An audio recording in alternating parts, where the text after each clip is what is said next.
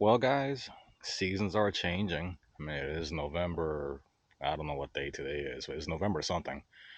All the leaves are falling and skies are getting cloudier, it gets darker earlier, and it's a beautiful season.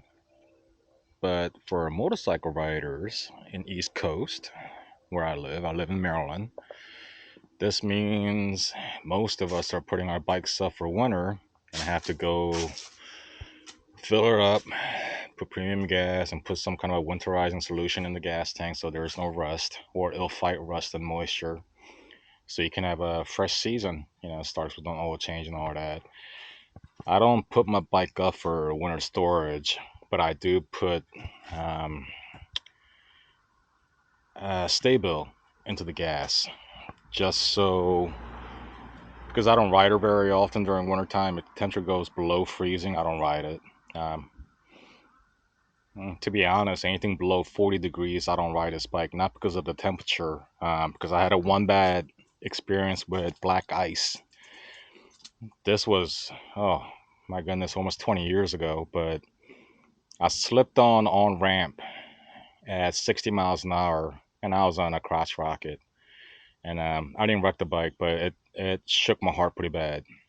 So anything below 40 degrees, there's always possible chance of black ice, especially at nighttime because temperature drop, wind chill, whatever you want to call it. I just don't take that chance. Um, so because I do ride her less during colder seasons, I do put fuel stabilizer inside.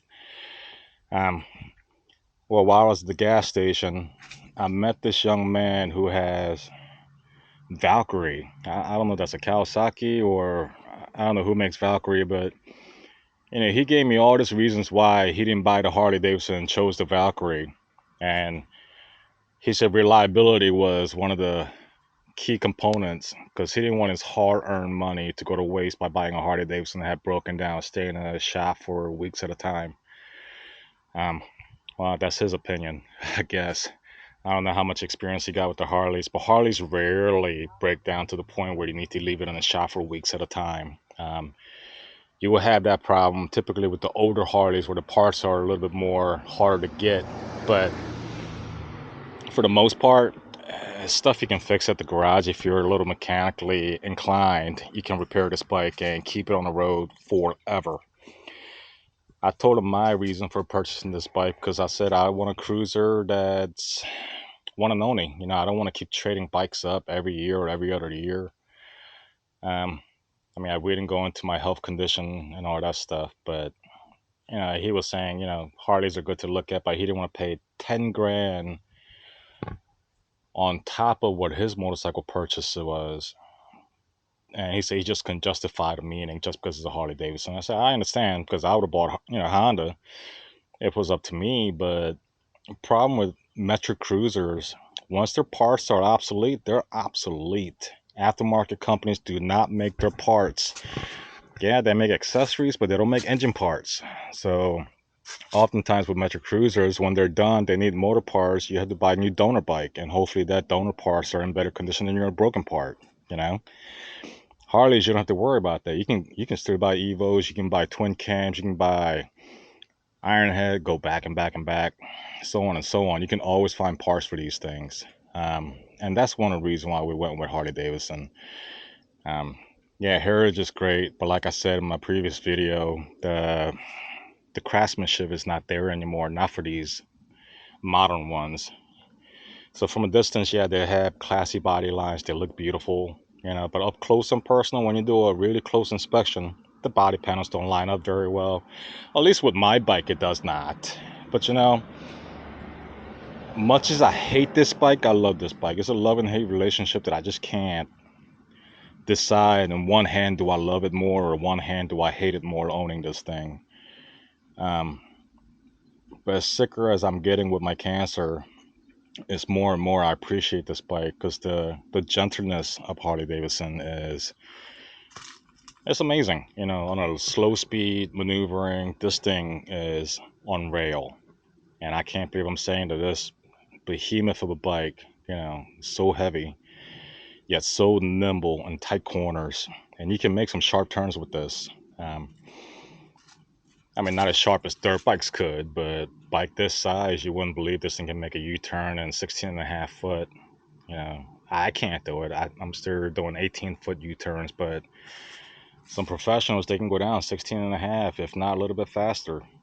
Um, Me, I suck at it. But yeah, he was saying, Valkyrie sounds good. He got this exhaust on that sounded horrific. It hurt my eardrum. It's so bad. The bike just was not sexy. And you look at Pearl here, my goodness, she is desperately beautiful, you know? And she rides good. She rides good from 0 miles an hour to about 99 miles an hour. Anything above 100, you got no business going that fast on bike like this. It's not meant for that. It's meant for cruising. She's really happy at 70 to 80 miles an hour on the freeway, or she feels right at home on twisty turns at 35, 40 miles an hour. You don't have to drag your knees to feel the experience of excitement. Sometimes you can smell the wildflowers on the road, and I'm like, man, how did I miss this all these years? Well, because I'm going too fast to even realize what's happening. This bike allows you to take time, look around, sniff the air if you want. That's on you, but it keeps you calm. So I guess if I really want to break it down, yeah, I love my Harley a lot more than I give it credit for, but I just wish they did things a little bit better. You know, what do you guys think? Harley's not all about loudness and, big bear of a man with a long beard and, tiny little sunglasses, cut up sleeve jackets or vest. It's not about that. It's about the individual experience with the bike, and it's also about riding with your friends in a group and showing our American pride, riding something that is made in the US, even though half of these parts are probably made in China. You know, cost savings that doesn't get transferred to the consumers. Cost savings only goes to the pockets of the big corporation. Because when you buy a brand new bike off the showroom now, you know what I'm talking about. But I have no regrets. Um, as far as my cancer, I'll put that update on as this evening as well, because I got some good news and possibly good news. I want to say. Well, I got a lot of bad news, but I got possibly good news about my cancer. Hopefully, I'm alive to ride this thing next season. But believe you me, I will ride her even when it gets colder than today. Today is 55, 56 degrees, overcast. But still a nice little 45-minute scoot just to get that chemical circulating in my fuel system. So anyways, tell me what you think about domestic versus foreign cruiser bikes. Do you own a foreign cruiser bike? How does it handle? How does it ride? Do you have any regrets buying that bike? Or do you own a modern Harley? Do you regret buying that bike? Because just like me, you're noticing, panel gaps and misalignment, paint not being perfect. Are you mad or happy about your purchase? Either way, let me know. Would love to hear from you. Till next time, see ya.